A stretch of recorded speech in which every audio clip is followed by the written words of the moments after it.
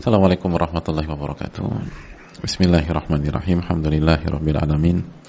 Wa bihi nasta'in ala umuri dunya waddin. Wassalatu wassalamu ala asyrafil anbiya wal mursalin wa ala alihi wa sahbihi wa man sara ala nahjihi bi ihsanin ila yaumil wa ba'd. Hadirin Allah muliakan, alhamdulillah kita panjatkan puji dan syukur kita kepada Allah Subhanahu wa taala atas segala nikmat dan karunia yang Allah berikan kepada kita.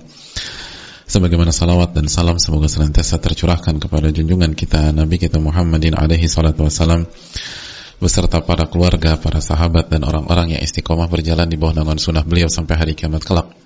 Allahumma inna nas'aluka ilman nafi'an wa na'udzubika min ilmin la yanfa'. Ya Allah, berikanlah kami ilmu yang bermanfaat dan lindungilah kami dari ilmu yang tidak bermanfaat. Hadirin dan khususnya ibu-ibu sekalian yang Allah muliakan, kembali kita bersyukur kepada Allah Subhanahu wa taala atas nikmat yang Allah berikan kepada kita. Nikmat yang enggak berhenti-berhenti Allah berikan, enggak berhenti-berhenti Allah sampaikan. Dan ketika kita punya masalah pun di situ ada berbagai macam nikmat dan kemudahan dari Allah. Inna ma'al usri yusra. Sesungguhnya bersama kesulitan itu ada berbagai macam kemudahan. Ketika ada musibah, ada masalah, ada kendala, maka yakinlah bahwa di situ ada berbagai macam kemudahan, pertolongan dan hal-hal yang dibutuhkan oleh seorang hamba. Dan Allah tidak meninggalkan hambanya yang beriman kepadanya. Allah tidak meninggalkan hambanya yang berusaha bertakwa kepadanya. Wadduha wal laili idza saja ma wadda'aka rabbuka wa ma qala. Rabbmu tidak pernah meninggalkanmu wahai Muhammad. Allah tidak meninggalkan hamba-hambanya. Cuman kita yang seringkali nggak ngerti bagaimana Allah tolong kita. Kita yang seringkali buruk sangka kepada Allah. Kita yang seringkali nggak paham. Dan kita yang seringkali tergesa-gesa, atau kita yang seringkali memaksakan bahwa pertolongan itu harus versi kita. Padahal yang versi kita pun belum tentu yang terbaik dan belum tentu baik. Oleh karena itu hadirin Allah muliakan, marilah kita bersyukur dan berusaha menjadi hamba yang sebaik-baiknya. Sebagaimana salawat beriring salam semoga senantiasa tercurahkan kepada junjungan kita Nabi kita Muhammadin alaihi salatu wassalam beserta para keluarga, para sahabat dan orang-orang yang istiqomah berjalan di bawah naungan sunnah beliau sampai hari kiamat kelak.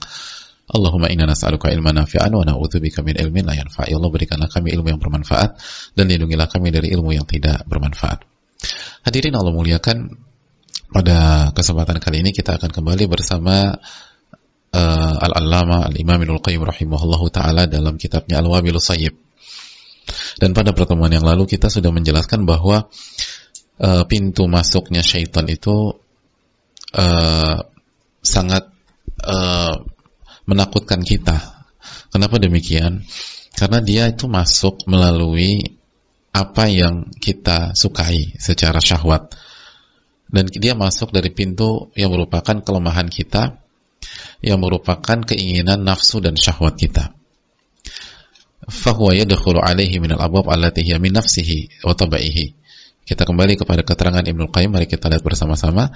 Dan iblis atau syaitan itu masuk dari pintu-pintu yang hadirin sekalian, yang merupakan hal-hal yang cocok dengan hawa nafsunya dan tabiatnya. Jadi pintu-pintu yang cocok dengan hawa nafsunya dan tabiatnya. Itu yang dikatakan. Lalu kita lihat fatamilu nafsuhu ma'ah. Lalu karena masuknya dari pintu yang disukai oleh hawa nafsu, maka hawa nafsu pun jadi suka tuh gitu loh. Hawa nafsu jadi suka. Kita lihat keterangan Ibnul Qayyim. Beliau mengatakan bahwa sehingga jiwanya itu condong kepada dia. Jadi jiwanya itu condong kepada dia, gitu loh. Jadi jiwanya itu condong kepada dia. Dapat sambutan hangat gitu loh dari nafsu kita. Kenapa? Karena yang ditawarkan yang sesuai dengan keinginan. Yang ditawarkan sesuai dengan keinginan. Gimana sih kita suka gorengan terus ditawarin bakwan, kan seru banget ya gitu loh. Kita suka gorengan ditawarkan tahu isi itu kan ahlan wa sahlan. Nah begitu juga itu yang halal tentu saja. Tapi kalau iblis ini dia bisa masuk ke hal yang haram dan hal yang halal agar offside, agar overdosis.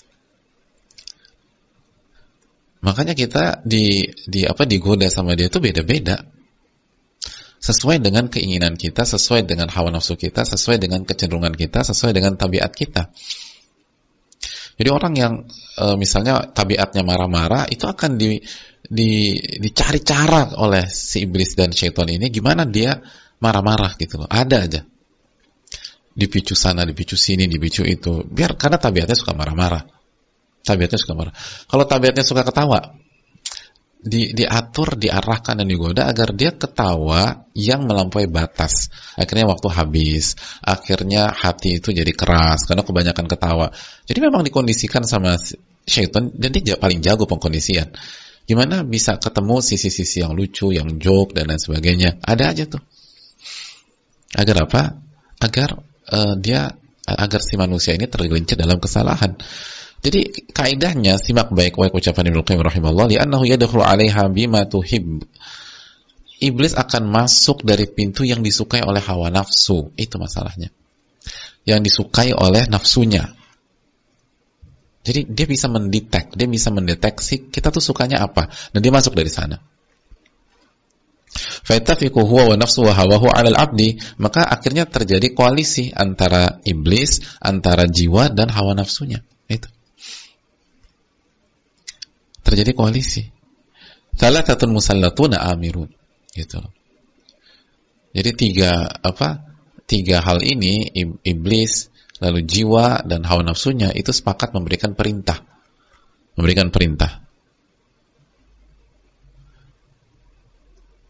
Nah, kalau udah tiga hal ini memberikan perintah, maka anggota badan akan ngikut udah. Fala tazalul jawarihu fi ta'atihim kaifa amaru wa aina yammamu.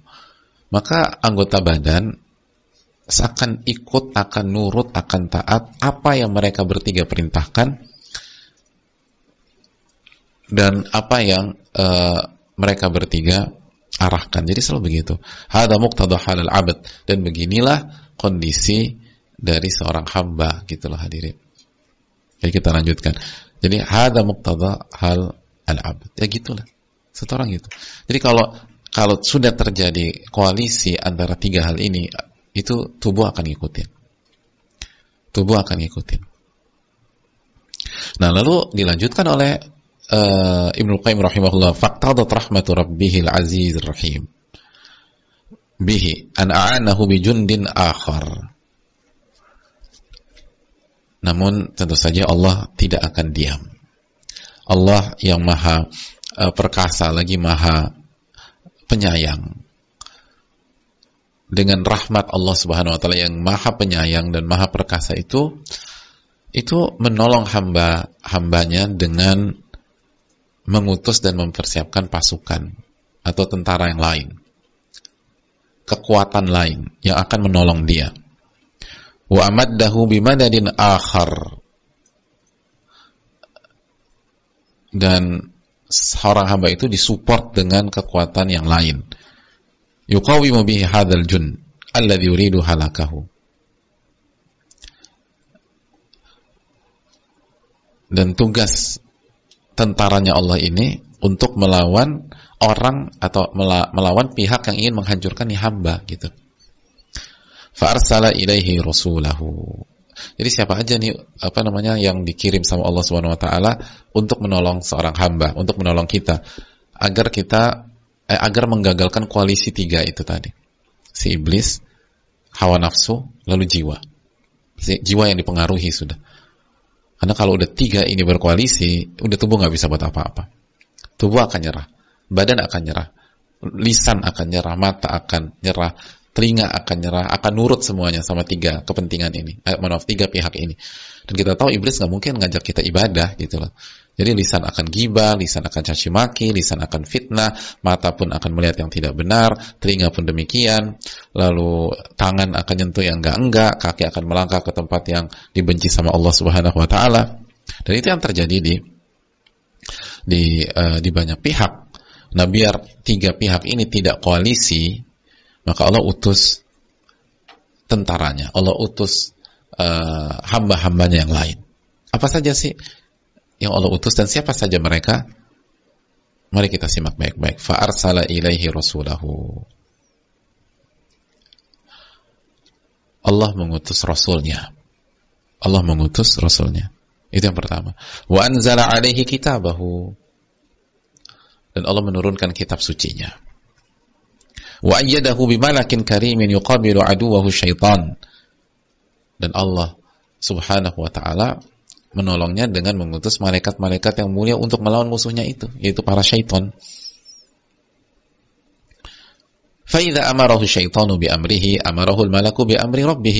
Ketika syaitan memerintahkan kita sebuah perintah yang pastinya akan membuat kita sengsara, binasa, masuk neraka, maka di sisi lain malaikat akan memberikan perintah dari Allah Subhanahu wa taala.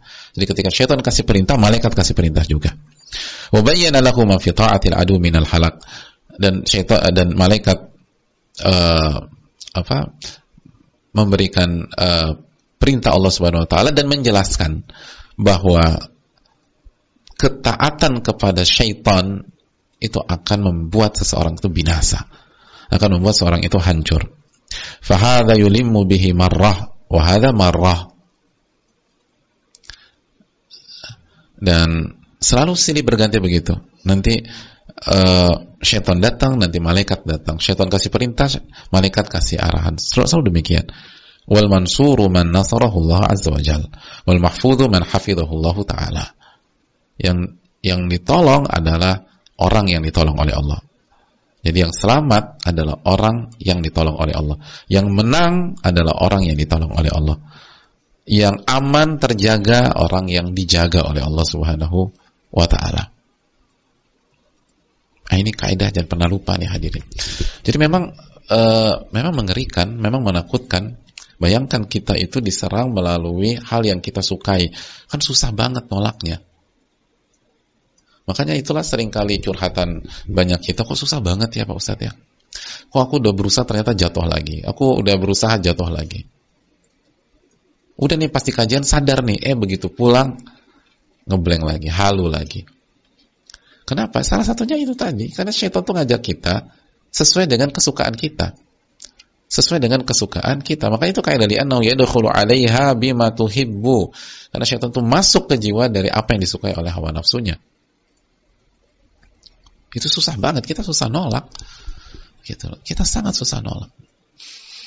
Gimana sih misalnya orang yang suka kopi gitu, ditawarin kopi kan susah banget nolaknya. Susahnya minta ampun. Itu luar biasa perjuangannya. Orang yang penggemar seafood dikasih kepiting, dikasih ikan laut, aduh itu beratnya nolak. Nah itu kira-kira gitu kira. Tapi itu halal. Nah syaitan masuk dari versi haramnya atau halal yang melampaui batas. Jadi kalaupun yang halal itu syaitan tuh yang nambah lagi deh, nambah lagi gitu. Sehingga akhirnya overdosis, berlebihan dalam hal yang halal. Jadi bukan bicaranya angkat masalah ini lagi, angkat ini. Akhirnya kita buang-buang waktu di situ. Yang harusnya bicara cukup 20 menit, akhirnya jadi 1 jam. Nah itu permainan syaitan semua tuh. Itu hal yang perlu kita camkan. Nah, agar kita selamat, Allah berikan solusi, Allah berikan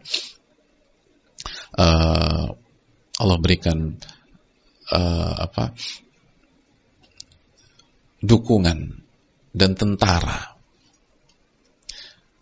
Dan yang pertama kata Ibnu Qayyim, Allah utus Rasul. Jadi diutusnya Rasulullah SAW itu tanda sayang Allah sama kita. Tanda sayang Allah kepada kita. Dan ini juga pelajaran besar bagi kita, bahwa salah satu tujuan utama seorang Rasul adalah agar 3 pihak ini tidak melakukan koalisi, agar tidak bersatu, iblis, hawa nafsu, dan jiwa, agar tidak bersatu dan berkoalisi. Allah sayang sama kita, Allah utus Rasul. Makanya kan masih ingat surat Al-Anbiya ayat 107, "Wa ma arsalnaka illa rahmatan lil alamin." Tidaklah kami mengutus engkau kecuali rahmat bagi alam semesta. Rahmat bagi alam semesta. Jadi tidaklah kami utus engkau kecuali untuk sebagai rahmat, kasih sayang.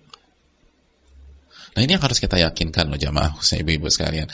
Ketika kita mendapatkan sebuah sunnah Rasul SAW, itu berarti tanda sayang Allah sama kita. Kenapa berat? Karena seringkali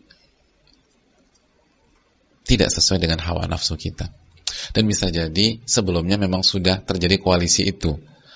Karena kita misalnya baru belajar di usia 30-an tahun. Berarti bisa jadi koalisinya udah lama tuh.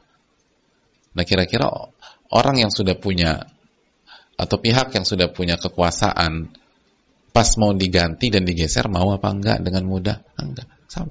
Ketika iblis, ketika syaitan, ketika hawa nafsu sudah menguasai jiwa seseorang, maka mereka kan enggak akan simpel disuruh pergi, hadirin. Maka butuh perjuangan, butuh pengorbanan. Tapi kita harus yakin bahwa setiap ada sunnah Nabi SAW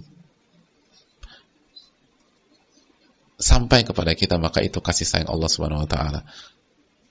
Makanya kan hadirin Allah muliakan, lihat bagaimana jeniusnya Hajar alaihissalam. Lihat bagaimana diberikan taufiknya Hajar. Ketika suaminya melangkah meninggalkan beliau, pertanyaannya simpel tapi sangat tajam. Allahu amaraka bihadza. Apakah ini perintah Allah? Karena kalau ini perintah Allah, maka ini tanda sayang. Gitu. Kalau ini perintah Allah, maka ini tanda sayang. Ini untuk kebaikan kita. Berat ya. Tapi beratnya itu tuh bukan karena perintahnya merusak, bukan. Tapi karena seringkali hawa nafsu kita nggak cocok. Dan bisa jadi udah terjadi koalisi karena kita udah kelamaan jauh dari Allah, kelamaan gak sujud, kelamaan gak ruku, kelamaan bermaksiat, akhirnya itu terjadi koalisi. Udah koalisi, dia akan pertahankan wilayahnya mati-matian gitu aja. Susah. Makanya merubah kebiasaan adalah salah satu hal yang paling sulit kata para ulama. Itu susah banget. Karena udah terjadi koalisi, sudah enak. Hawa nafsu itu udah dimanjakan. Gimana sih kalau hawa nafsu dikasih panggung, dimanjakan bertahun-tahun, disuruh menyingkir, menjadi warga kelas 2 di dalam jiwa dan hati kita. Emangnya dia mau apa dengan simpel? Enggak kan? Itu poin. Ada kasus, hadirin sekalian, ada seseorang atau ada pihak yang dikasih izin menempati rumah temannya. Jadi temannya kasih izin, lah pakai rumah aku aja deh. Tapi sewaktu-waktu aku butuh, kamu siap ya, gitu loh. Oke, gitu. Tinggallah di situ. 1 bulan, 2 bulan, 3 bulan, 1 tahun. Itu kalau pada tahun pertama, kalau pemiliknya minta dikosongkan, cukup mudah mengkosongkan. Tapi kalau 20 tahun di situ, tiba-tiba minta dikosongkan, itu nggak mudah loh. Nggak mudah. Padahal jelasnya bukan punya dia. Tapi 20 tahun itu rumah. Nggak mudah. Jadi itulah poin. Kenapa susah? Karena sudah terjadi koalisi, sudah terjadi hubungan erat di dalam hati kita. Ini para ulama Ibnu Qayyim ingin menjelaskan kenapa yang Anda rasa selama ini itu apa sih? Ini yang dirasa. Maka sekali lagi obatnya apa? Itu tadi, kembali ke pertolongan Allah. Makanya kan di akhir paragraf kata Ibnu Qayyim apa? Al-mansur man nasarahullah. Yang berhasil, yang menang itu yang ditolong sama Allah. Al-mahfudz, yang terjaga, yang dijaga oleh Allah. Nah, Allah nolong kita dengan apa? Di antaranya Allah tolong kita, kata para ulama, dengan diutusnya Rasul sallallahu alaihi wasallam. Jadi diutusnya Rasul, sunnah Rasul sallallahu alaihi wasallam itu pertolongan Allah, itu kasih sayang Allah ke kita. agar kita tidak dikuasai oleh iblis dan hawa nafsu.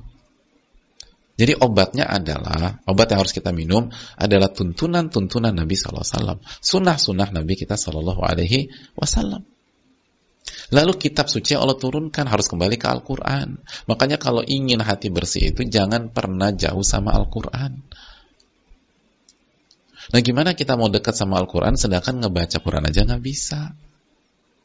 Padahal waktu ada, padahal kesempatan belajar terbuka.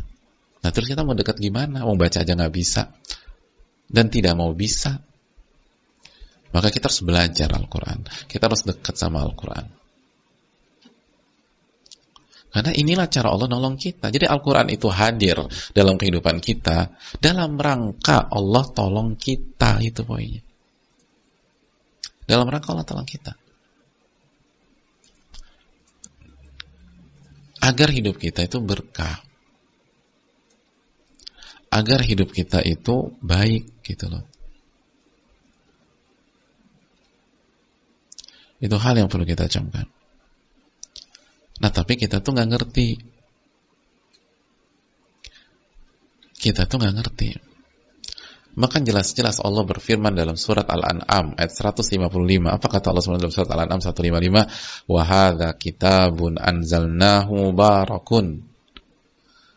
Kata Allah Subhanahu wa taala, dan inilah Quran yang kami turunkan dengan keberkahan, berkah mubarakun. Ini kitab ini diberkahi. Al-An'am 155. Kitab ini kami turunkan berkah, kata diberkahi. Terus apa perintah? Fattabi'uh. Maka ikutilah, kata Allah. Wattaqu, dan bertakwalah. La'allakum turhamun, agar kalian disayang, dirahmati. Jadi dekat sama Al-Quran, berinteraksi dengan Al-Quran, mengamalkan Al-Quran, mengikuti Al-Quran, itu cara agar disayang sama Allah, itu poinnya. Disayang sama Allah. Sehingga kita itu tadi nggak dikuasain sama iblis, sama tuh hawa nafsu, dekat sama Quran.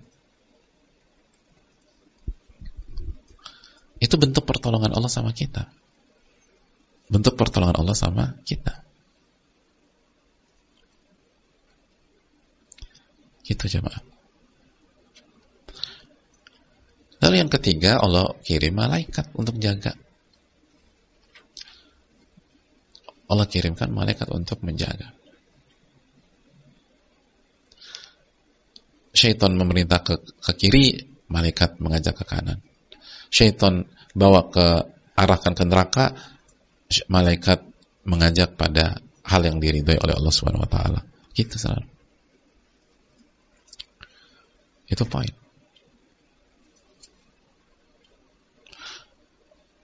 Makanya hadirin Allah muliakan,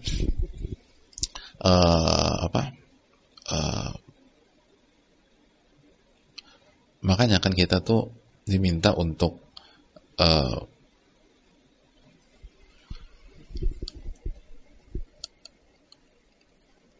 beriman kepada malaikat dan melakukan hal-hal yang membuat malaikat itu mensupport kita. Contohnya apa? Contohnya Nabi SAW bersabda, barang siapa yang mendoakan saudaranya dhahril ghaib, ketika saudaranya nggak tahu. Jadi dia doakan saudaranya dan saudaranya nggak tahu didoakan sama dia, maka malaikat akan berdoa untuk dia, walaka mithluh, engkau pun dapat apa yang engkau mintakan untuk saudaramu. Didoakan sama malaikat, walaka mithluh, engkau mendapatkan, semoga engkau mendapatkan apa yang engkau mintakan untuk saudaramu. Makanya sebagian ulama klasik itu, hadirin, sebelum mendoakan diri sendiri, dia doakan dulu saudaranya. Gitu. Jadi sebelum dia doakan dirinya sendiri, dia doakan saudaranya. Biar apa? Biar dapat doa malaikat. Malaikat kan nggak bermaksiat. Kita ini masih bermaksiat. Kita masih suka khilaf. Malaikat kan la ya'sunallah ma amarahum. Malaikat tuh nggak pernah bermaksiat kepada Allah. Maka orang-orang beriman tuh pengen dapat doa malaikat. Didoainlah saudaranya. Dengan didoakan saudaranya, dia mendapatkan doa malaikat gitu. Dan kita juga dilarang untuk melakukan hal-hal yang membuat malaikat itu pergi gitu loh. Atau menjauh dari kita. Malaikat rahmat itu menjauh dari kita. Itu hadirin sekalian. Jadi itu amalan-amalan yang diperintahkan oleh Allah dan Rasulnya. Jadi dengan demikian terciptalah pertolongan dari Allah Subhanahu wa taala. Gitu.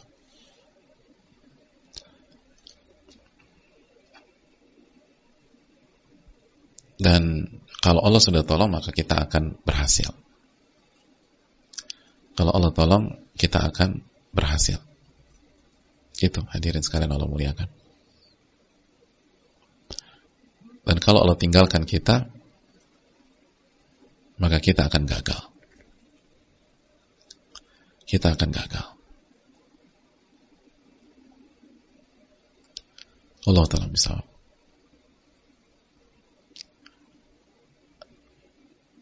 Nah, ini yang perlu kita camkan bersama-sama. Saya rasa cukup sampai di sini. Kita buka sesi tanya jawab. Wassalamualaikum warahmatullahi wabarakatuh.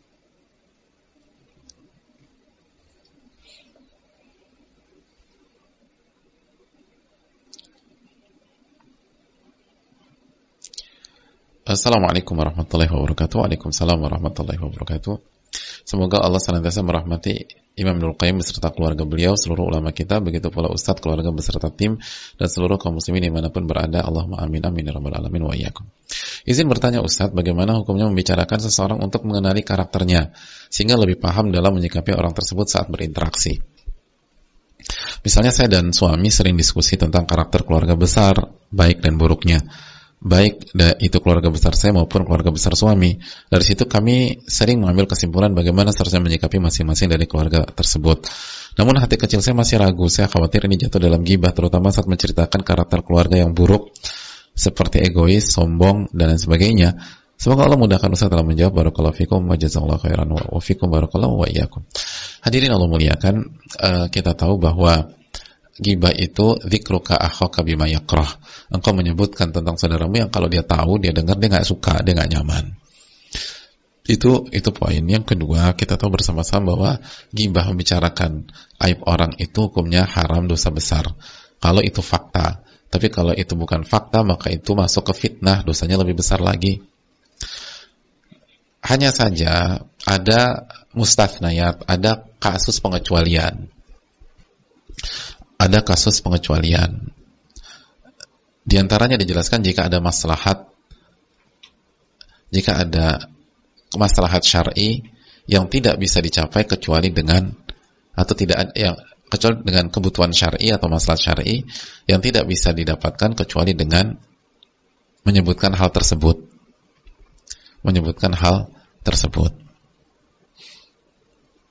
Nah, di antaranya misalnya seperti yang disampaikan oleh penanya, mengidentifikasi keluarga.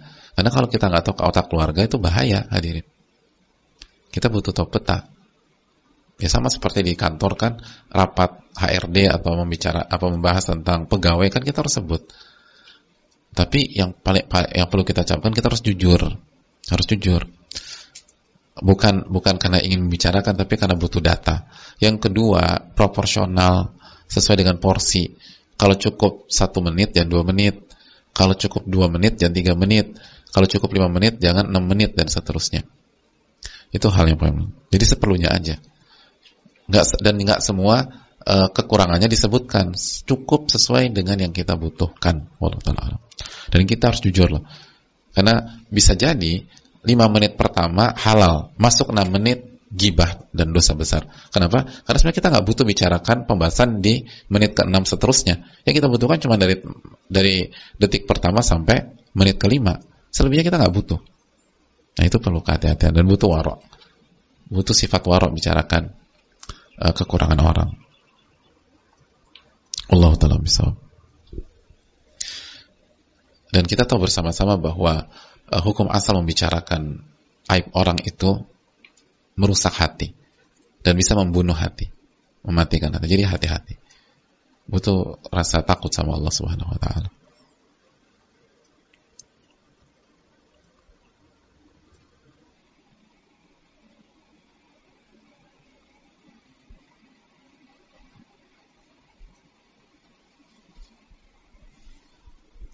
Assalamualaikum warahmatullahi wabarakatuh.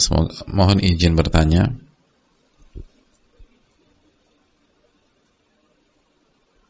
Tunggu, okay.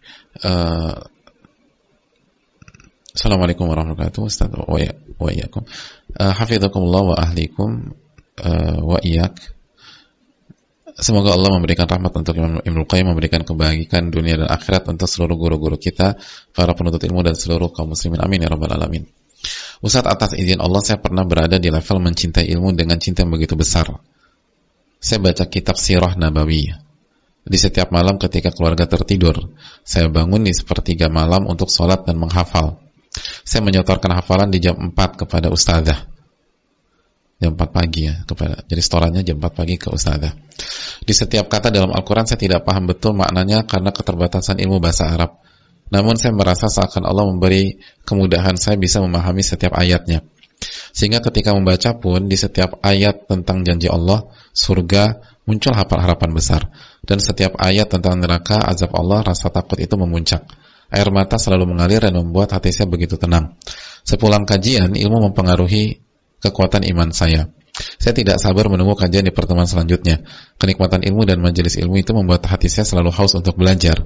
Saya bahkan pernah merasa setiap kali saya duduk, berdiri, bicara, memegang sesuatu, memperlihatkan ekspresi wajah, semuanya tertata. Sebab Allah buat saya melakukan itu diiringi muraqabatullah yang begitu besar. Muraqabatullah itu merasa diawasi oleh Allah. Jadi beliau ini sudah berada di titik, kalau beliau duduk, beliau merasa diawasi oleh Allah. Berdiri, beliau merasa diawasi oleh Allah. Berbicara, merasa diawasi oleh Allah. Memegang sesuatu, merasa diawasi oleh Allah. Bahkan memberikan ekspresi wajah aja, beliau merasa diawasi oleh Allah Subhanahu wa taala. Ini derajat ihsan. Sekilas info ya, ini derajat tertinggi dalam tertinggi kedua dalam kehidupan, yaitu derajat ihsan. Saya juga menikmati setiap sujud demi sujud, untayan-untayan doa yang saya panjatkan, sampai pada titik saya begitu merasa cukup hanya bersama Allah. Saya nggak bisa jelaskan bagaimana secara lebih detail. Namun saat-saat itu adalah saat yang paling membahagiakan, menenangkan, dan saya berharap bisa diwafatkan dalam keadaan iman saat itu. Namun saat ini saya jauh dari itu semua. Kajian terasa jenuh, ilmu sebatas maklumat, tidak ada pengaruh pada hati dan keimanan. Tutur kata tidak lebih baik, hawa nafsu sulit dikendalikan, menghafal hanya sebatas untuk distorkan. Saya mengajar ilmu sebatas bagian dari kewajiban saya, bagian dari kewajiban. Saya jarang membaca buku, mayoritas waktu saya banyak berkelut dengan hal-hal mubah, makruh, atau tanpa sadar hal-hal yang haram. Semua berubah semenjak saya sibuk skripsi, sehingga saat ini saya menikah di usia baru 1 tahun. Usia pernikahannya 1 tahun. Mohon nasihat Ustadz bagi saya yang lelah dengan hambarnya hati dan jiwa. Ya, terima kasih kepada yang bertanya. Alhamdulilladzi afana mimma ibtalaha bihi wa faddalana ala katsirin mimman khalaqa tafdila. Yang pertama, harapan itu masih ada. Dengan bertanyanya beliau dengan pertanyaan seperti ini menunjukkan bahwa ada peluang besar untuk kembali ke puncak itu. Karena kata para ulama, jamaah dan ibu-ibu sekalian, orang tuh kalau mau baik, mau berubah, dan Allah inginkan kebaikan untuk dia, maka dia akan mengaku, i'tiraf, mengaku. Jadi kalau kita ngaku kesalahan dan dosa-dosa kita, dan nggak usah ke semua orang, kan kita juga nggak tahu siapa beliau bertanya, tapi ngaku aja, betul saya begini, saya ini bukan orang baik, saya ini banyak dosa. Itu langkah awal untuk berubah dan menjadi baik, gitu. Jadi ini adalah sebuah harapan. Tapi sebelum saya lanjutkan, siokianya apa yang dialami oleh beliau yang bertanya ini menjadi ibrah bagi kita semua, khususnya yang sedang punya iman yang bagus, khususnya yang sedang berada di tingkat ketakwaan yang oke. Ingat akidah Ahlus Sunnah wal Jamaah. Iman itu apa? yazid wa yankus. Iman itu bertambah dan berkurang. Sebagaimana iman kita bisa bertambah, iman kita pun bisa berkurang. Dan ini salah satu buktinya. Ini salah satu contohnya, berkurang drastis. Apa yang dialami oleh beliau bertanya, bisa dialami oleh kita semua. Kalau kita tidak dijaga oleh Allah, kalau kita nggak ditolong oleh Allah. Itu pesan yang ingin saya sampaikan. Oleh karena itu, jangan pernah merasa kepedean dengan kondisi hari ini, atau kondisi saat kita sedang semangat-semangatnya. Jangan selebrasi sebelum garis finish. Makanya istilah celebrate too early itu benar, itu bahaya. Selebrasi sebelum semua berakhir, sebelum husnul khotimah. Merasa aman. Kalimat yang nggak mungkin lah gue kayak begitu, nggak mungkin. Nanti jangan sampai Allah uji ucapan Anda. Apa yang nggak mungkin?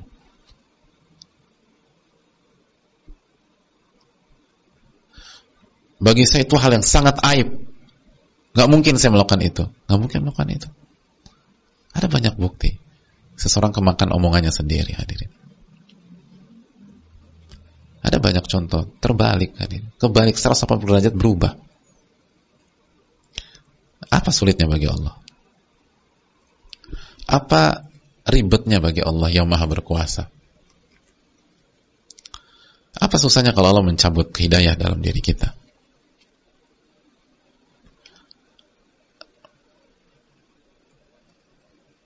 Jadi hadirin Allah muliakan, jangan pernah merasa aman. Jangan pernah merasa aman. Hanya orang-orang yang rugi yang merasa aman dari murka Allah Subhanahu wa taala. Makanya kan dalam surat Al-A'raf 99 Allah berfirman apa? Afa aminu makrallah? Apakah mereka merasa aman dari makar Allah Subhanahu wa taala? Fala ya'manu makrallahi illa al-qaumul khasirun. Dan tidak ada yang merasa aman dari murka dan makar Allah kecuali orang-orang yang rugi. Orang yang merasa aman rugi dia. Makanya ulama-ulama besar, orang-orang soleh terdahulu itu nggak pernah merasa aman. Makanya Al-Hasan menyampaikan, ma khafahu ila mu'min wala amina ila munafik. Nggak ada yang merasa khawatir terjatuh ke dalam kemunafikan, ke dalam riya, kecuali orang yang beriman. Orang beriman itu salah satu ciri-cirinya itu merasa khawatir, tapi proporsional khawatirnya, hadirin. Orang beriman itu nggak euforia, kepedean gitu. Dan sebaliknya kata Al-Hasan, wala aminahu illa munafik. Tidak ada yang merasa aman dari kemunafikan dan riya kecuali orang munafik itu sendiri. Maka ciri-ciri orang munafik adalah merasa diri bersih, merasa diri sempurna, dan nggak merasa khawatir. Nggak mungkin lah saya begitu. Hadirin Allah muliakan. Imam Ahmad pernah didatangi syaitan, dan syaitan pada saat beliau menjelang wafat beliau, kata syaitan, sekarang engkau sudah aman dari saya. Kata Imam Ahmad, belum. Sampai saya wafat husnul khotimah baru saya aman dari Anda. Jadi tetap siaga gitu, waspada. Orang-orang beriman itu waspada. Nggak main api.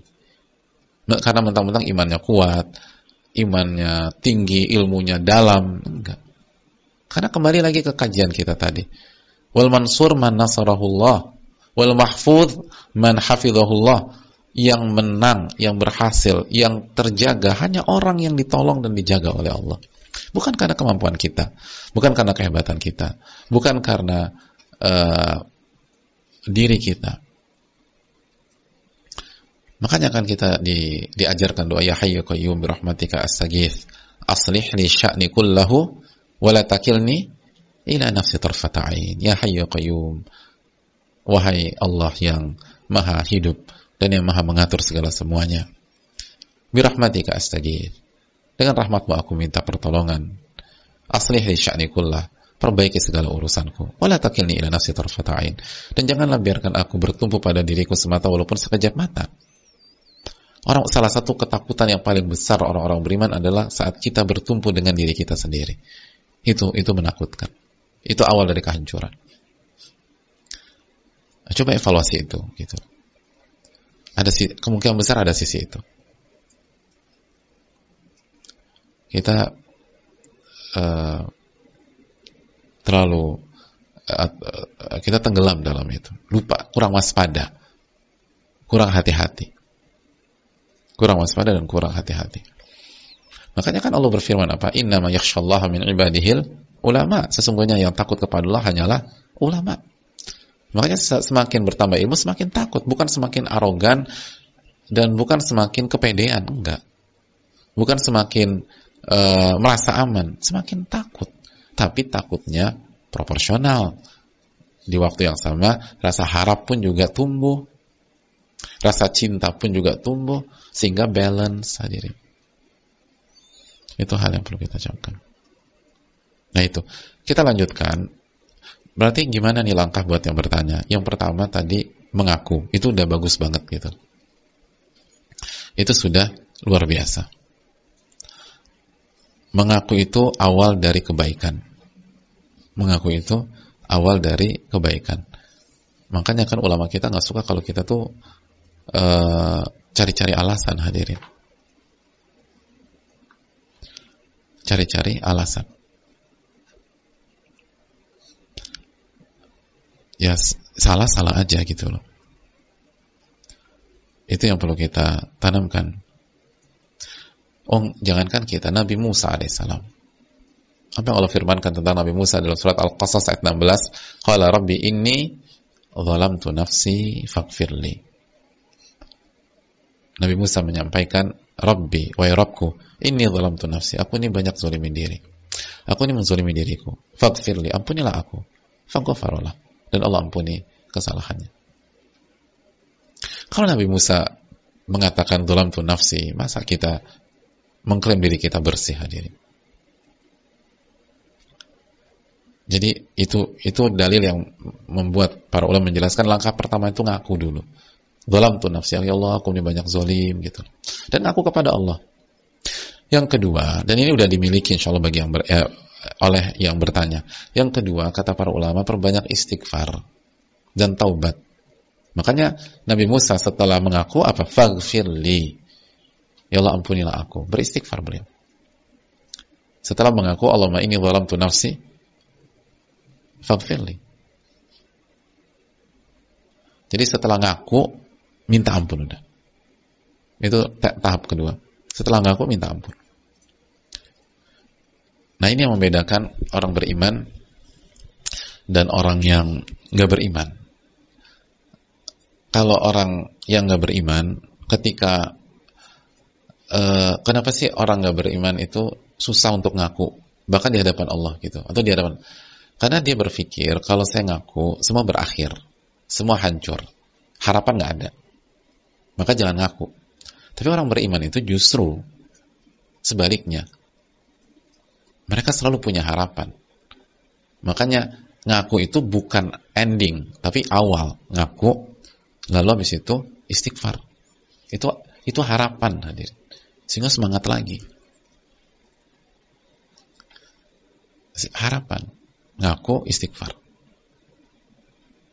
Makanya kan para ulama itu dari dulu sampai sekarang, itu salah satu tugasnya dan salah satu amanat ilmu itu kan memberikan harapan.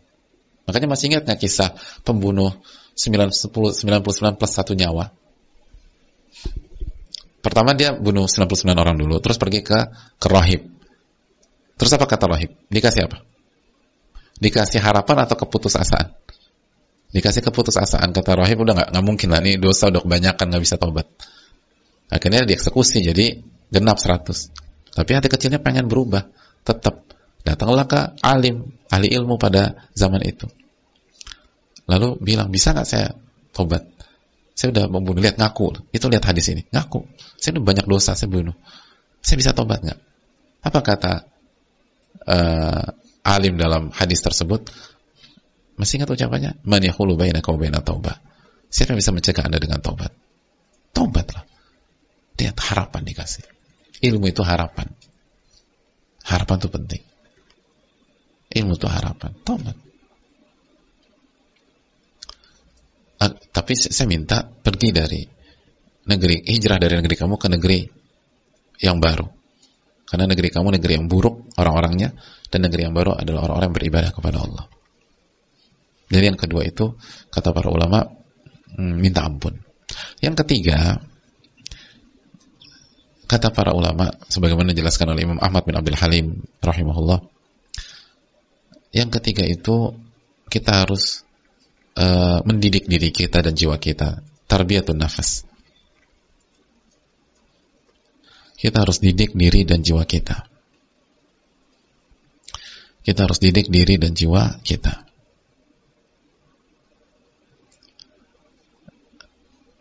Jadi istighfar harus selalu. Istighfar harus selalu. Tapi kalau kita tidak mendidik jiwa kita dengan tauhid, dengan iman, dikhawatirkan kembali lagi dan nggak kuat, nggak solid gitu. Makanya jiwa dan hati itu harus dididik. Dididiknya dengan apa? Dengan ilmu dan tarbiyah, kata para ulama. Dengan ilmu dan tarbiyah.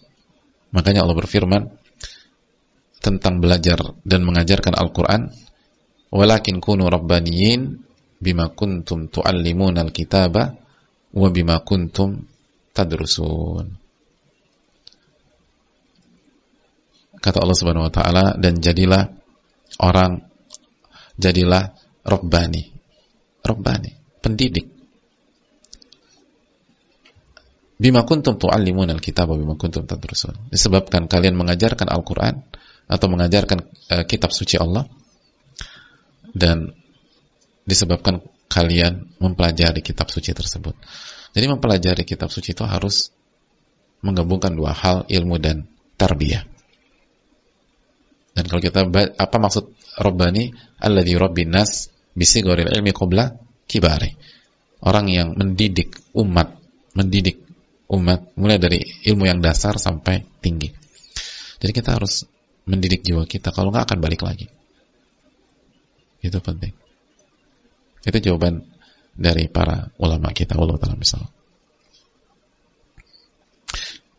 Jadi setelah istighfar terus menerus, didik jiwa kita.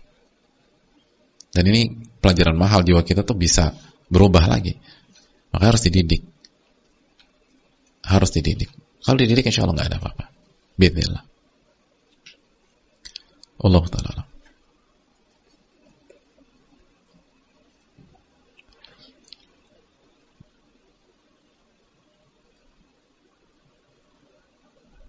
Assalamualaikum warahmatullahi wabarakatuh. Waalaikumsalam warahmatullahi wabarakatuh. Semoga Allah senantiasa memberikan kesehatan, menjaga Ustadz dan kita semua. Amin. Amin. Allahumma amin. Amin. Amin. Saya ibu dari 3 orang anak yang masih kecil-kecil, dan sudah setahun ini saya merasa sulit sekali mengontrol emosi. Gak paham berapa kali anak-anak dan suami saya terluka karena ucapan dan perilaku saya. Setiap malam saya merenung dan menangis, memeluk mereka, merasa berdosa, tapi ketika esoknya berulang lagi. Seperti itu setiap hari. Dan belakangan ini saya tidak bisa menikmati ibadah yang saya lakukan. Rasanya capek, hati merasa bersalah, tapi perilaku sulit berubah. Afwan Ustaz, mohon nasihat apa yang harus saya lakukan? Hal yang paling mudah saya lakukan sebenarnya apa yang membuat ini, bagaimana cara saya tahu hal apa yang membuat saya dan suami ini lalai. Saya merasa semakin Allah memberikan kenikmatan, saya semakin lalai dan emosi saya labil. Saya takut ini istidraj, tapi tidak mungkin juga saya berdoa agar Allah mengambil nikmat ini. Jazakallahu khairan. Ya, terima kasih atas pertanyaannya. Yang pertama, lagi-lagi perbanyak istighfar kepada Allah. Terus istighfar. Berapa kali kita beristighfar? Kita tahu Nabi SAW sehari 100 kali. Itu Nabi SAW yang dijaga oleh Allah. Lalu bagaimana dengan kita? Masa kita jarang beristighfar? Istighfarlah. Lalu yang kedua, perbanyak salat. Wasta'inu bis-sabri was-salat. Minta pertolongan kepada Allah dengan sabar dan salat. Lalu yang ketiga, jaga waktu malam. Emosi itu sangat berkaitan dengan ibadah malam, hadirin. Makanya Allah berfirman dalam surat Al-Furqan apa? Wa ibadur rahmanil ladzina yamshuna 'alal ardi hauna wa idza khatabahumul jahiluna qalu salama wal ladzina yabituna li rabbihim sujada wa qiyama. Dan hamba-hamba Allah yang berjalan di atas permukaan bumi dengan kerendah hatian. Dan apabila diprovokasi orang, qalu salama, mereka akan mengucapkan kata-kata yang baik. Enggak terprovok. Kata-kata yang baik. Kok bisa sih udah diprovokasi tetap aja nggak terpancing? Ternyata di ayat berikutnya mereka punya kebiasaan. Walladzina yabituna li rabbihim sujada wa qiyama. Mereka itu di waktu malam bangun lalu qiyamul lail, sujud, ibadah sama Allah. Jadi itu hadirin. Jadi ibadah malam kita itu mempengaruhi emosi kita. Tolong jaga ibadah malam kita. Allahu ta'ala a'lam bishawab.